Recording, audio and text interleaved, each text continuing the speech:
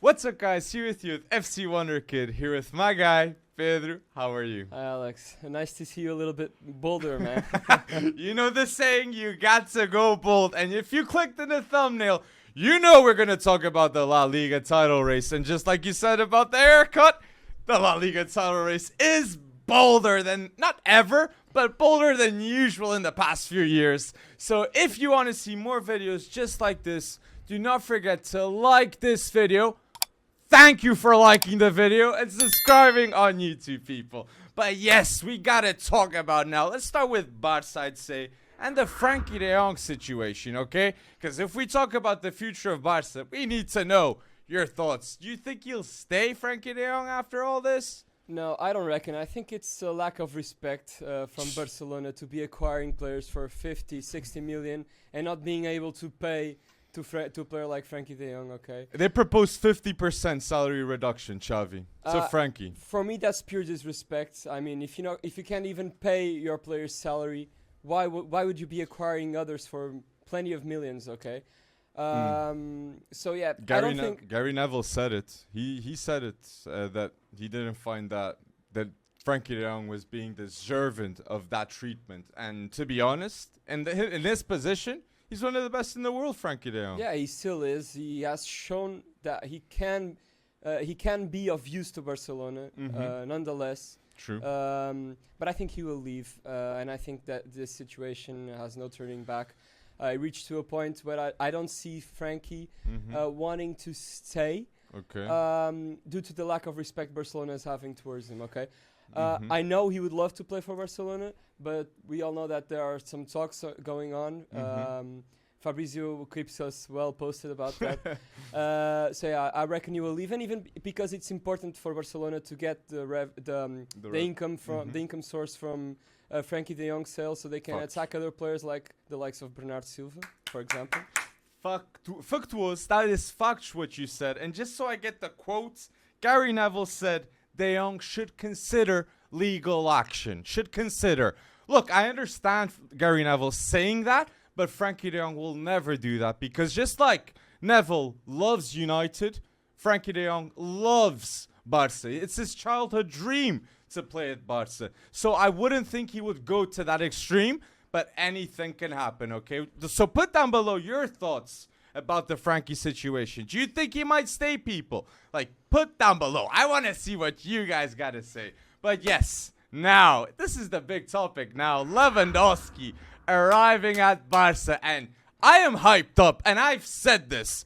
I think Lewandowski will be the best striker in La Liga next season. Do you agree? Okay, I don't agree with you. I think that title will belong to Karim Benzema once more.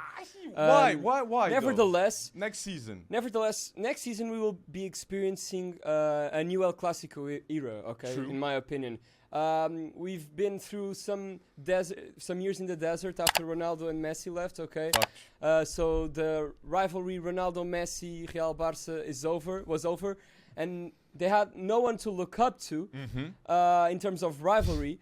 But now they do again. It's Lewandowski versus Benzema. It will be the new El Clásico era, okay? And I'm really excited to see it. I think Benzema has the edge because he's well adapted to the league. He has played in La Liga for 10 years now. True. It's a new league for Lewandowski. Always a risk moving into a new league. Fact. I agree. Even though because the game style is different between Bundesliga and La Liga. I agree with that too. Yes. So it will be very curious to see. I think it will be a titanic fight between both Karim Benzema and Robert Lewandowski, but I will have to give the edge to Karim Benzema. But don't you think Lewandowski will play better at Barca than he would at Bayern Munich? Okay, the clock plays against him. I mean, he's not 33. He's not getting any younger. He's turning 34. I don't know if it's this season still. Okay.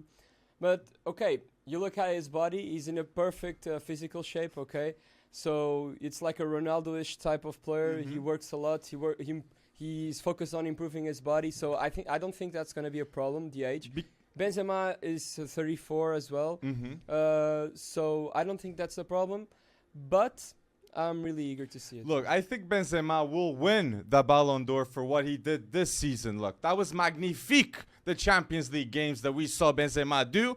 With all due respect, that was greatness to see. And I do not think this is going to be sad for a couple of Real Madrid fans listening, but I really don't think Benzema will replicate another season like he did the previous season. And it's going to be the Ballon d'Or year and the year we will always remember Benzema for. But I really believe, man, Lewandowski is going to come in to La Liga and absolutely take over with Xavi. If it was with Koeman, he wouldn't even have gone to Barca. But with Xavi, with the number 9, with Dembele staying, Rafinha, with everything that's going with Barca, I have to go Lewandowski personally. And there's another thing too I got here on my notes that for me it's important. It's a good point to say. And it's in seasons with 30 league goals, Lewandowski has 5, Suarez has 4, and Benzema has no seasons with more than 30 league goals. So Lewandowski consistently in the league can be a huge factor. And I do believe that in the knockouts in Champions League, Benzema showed that greatness. But in La Liga, I am just putting all my chips on Lewandowski. Just an argument against that. No disrespect to Lewandowski whatsoever. He's been doing that in a league where his team is the dominant team year in, year out. Okay? True. So Bayern has almost no opposition. Even Dortmund has been weak this last couple of seasons comparing to Bayern. True. But this season, like Benzema, like you'd think with the But the dominance is not the same. The type of dominance that Bayern had in Bundesliga is unmatched of what I think Barca will have this season. Okay, I think the La Liga is a little bit more balanced at the top than Bundesliga. But Suarez. But so if with Lewandowski was 5, with four seasons of Suarez, he scored more than 30.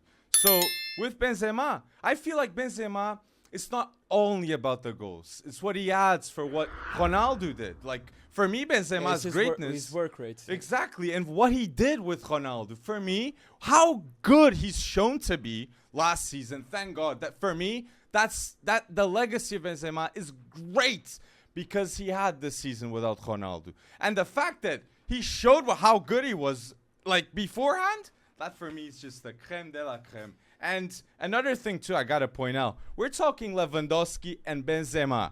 The fact of the matter is, Barca, if Lewandowski is injured, they got Aubameyang. Real Madrid, if Benzema gets injured, they have Borja Mayoral, they have Mariano Diaz. Like, they have no options. And that, for me, should be the focus of Real Madrid to get a backup striker. Because that, for me, is they're lacking on that. And when they didn't sign Gabriel Jesus, Real Madrid, that I really think they wanted Gabriel Jesus because there's no strikers they can get right now with the quality to be a backup striker for Benzema. Because, guy needs to accept that he's the backup for a Benzema.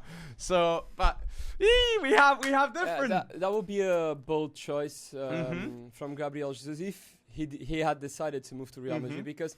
Okay, he was gonna be the backup striker for maybe 1-2 years, but thereafter, Benzema is not gonna be young forever. So I agree. But the thing here too for Gabriel Jesus is he's at Real Madrid. Where would he go after? He could go anywhere. You know what I mean? And he's still young. He's still 25. And if it goes wrong with Arsenal, that would have been a bad paint with him. But I don't think that's the case, people, okay? So put down below your thoughts about Lewandowski, Benzema. Who do you think will be more prolific in La Liga next season? And talking about Barca Real, we got to talk about the focus in El Clásicos. And it's the midfield.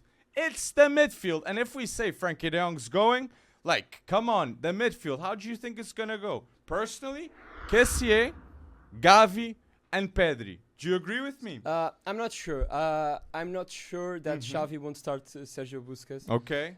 Because he's the voice inside that pitch, okay, and inside the locker room as well. So, for what he is still able to bring inside of the pitch, the tempo management, okay, the ball management, the right pass at the right time.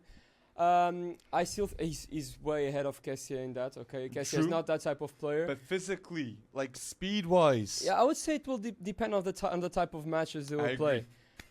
You know, and the type of Very good midfield point. they're up against. Very good point. For tougher midfields that they will face, I think Kessie will start. Okay. But for most of the matches, I will see Sergio Busquets starting because they will need that ball management, you know. Okay, and I might say this. Look, this might be bold. I'm going to say this, man. Considering both midfields, I'm going to go bold and say, in the next El Clásicos, I believe that Pedri will be the man in midfield, the best player in the El Clásicos. Pedri, do you believe that will happen? I mean, it's too early to say. We're still preseason. Pedri 19 right now. Pedri really does have the quality, as does Gavi. I actually see Gavi performing better long term than Pedri. I think he will be more important to Barca than Pedri long term. It's bold right now. Both highest ceiling they can have. It's like a Xavi and Iniesta, you know, all over again. Exactly. That's Pedri and Gavi in my opinion. That's true. And for Xavi, he must be. But it's also a personal opinion because it's really hard to pick one of those two guys. Come on. True, but like considering Gavi's still 17. Exactly, and where was Iniesta at 17? I saw a post on Instagram about that saying. Where was Xavi at 19 and where was Iniesta at 17? And the levels of Gavi and Pedri are not matched. They are simply unmatched. And that's why we are dying to see the potential of these two wonder kids. That for me, that Pedri legitimately next season can cement himself in the top 5 midfielders in the world. Especially if he has an excellent run with Spain in the World Cup. Because he won the best youngster in the Euros. I believe in the World Cup. He can be in the lineup of the World Cup if Spain are successful. So, but okay, when you were saying that Pedro will be the reference, Pedri. You were I said Pedro. I said Pedro. Sorry. Sure, when he told me Pedri will be the reference in the midfield for is it for Barcelona or in the whole El Clásico? The whole El Clásico, my friend. Pedri for me will be the man. I don't know because you still have those big boys at Real Madrid. Okay, you still have Modric playing. You still have Toni Kroos playing. So Tchouaméni too, man. For me, I was gonna ask you that. Tchouaméni's gonna start for Real Madrid. It depends on the tactics. It has to. He has to. I'm gonna say. Look, I'll say this. But would you start Fede Valverde and Tchouaméni at the same time? No. Fede for me is the one that has to prove the most out of them to stay at Real. What? Yeah. He has an amazing season, man. Camavinga and Tchouaméni. He plays Tchouaméni in several positions. I agree. For me, Fede Valverde would stay. No doubt. But the thing here is Camavinga and Tchouaméni, for me, are absolute locks for the present and future of Real Madrid.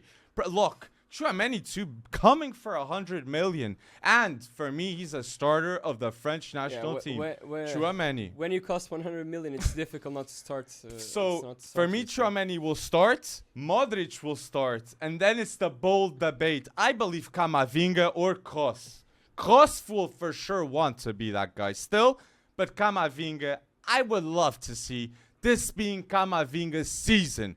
Like, Camavinga can be that guy. And come on, he was selected for the French under-21s after what he did in the Champions League. I don't know if he was too happy about that because Camavinga is a French senior national team player. Okay? Yeah, I have no doubt he will be in the World Cup, for sure. I hope so, especially with having 26 slots instead of 23. And with his traits, it's not that easy to find a player with Camavinga's traits. Okay? It's like unique in the market right now.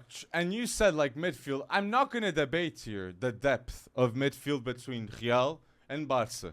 Real, or they're not light years, but definitely they're ahead. Yeah, the squad depth that Barcelona has in the front three, Real Madrid lacks. In the midfield, they lack in the midfield. Yeah. I agree, and the defensive side, you can say that too with fullbacks. You know, like Barca for me has to get fullbacks. But just saying this, Real has Kroos, Modric, Casemiro option, and literally they have Tchouaméni, Camavinga, and Valverde option. Just pick whoever goes to the pitch. So you're saying you would bench Casemiro this season. With Chouameni, next season. I feel like Chouameni. This one, not this one. The one that's going to start now. Yes.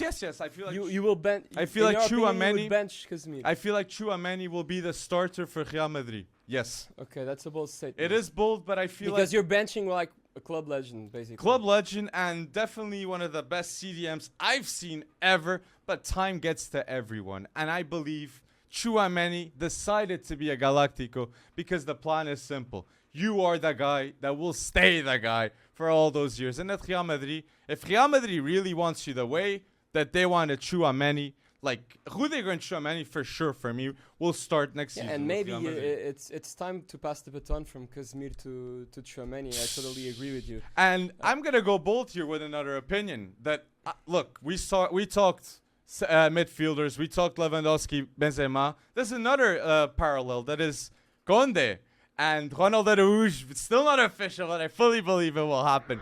Jules Conde and Ronald Araújo versus Alaba or Rudiger or Eder Militão. So okay, so first of all, Chelsea must be mad because Barca is getting every transfer target that Chelsea sets on their site. So first it was Rafinha, now it's Koundé. Come on, man. And Thomas Tuchel must be climbing those walls. Like I agree. He must be so mad. I agree. But for Chelsea, just on a side note, they should go 100% for Joško Gvardiol of RB Leipzig. He played at left back in the Euros. Yeah, it was surprising that Bayern didn't snatch him up. True. And at left center back, Gvardiol, creme de la creme. He'd be absolutely perfect. And 20 years old. He was the center back with the most dribbles in the European top 5 leagues, Gvardiol. So he is fully prepared to play at Chelsea in a system with Thomas Tuchel. With 3 center backs. And the left center back, which I think he's just perfect for that. So Chelsea fans, go for Gvardiol instead. So, but yes, Conde. So, who has the better center backs, you'd say, between the two? I'm going to go Barca. I know they're younger. I know they're more inexperienced. But I'm going to go bold and say Ronald Araújo at 23 and Conde at 23 are the best center back duo next season in La Liga. For you, who would start at Real Madrid, the center back duo? Alaba and Rudiger. Eder Militão for me. He will be the backup this year. I don't know if you like that, but yeah, I really believe that's the case. If that's the case, and I agree with you as well, I think Rudiger and Alaba have the edge over Koundé and Ronald Araújo, just because Koundé and Ronald Araújo have much more to prove. Okay. Mm-hmm. So the duo Alaba-Rudiger have proven themselves already in world football. It's true. They have experience. Mm-hmm. They have much more football knowledge than Koundé and Ronald Araújo. Experience-wise, okay.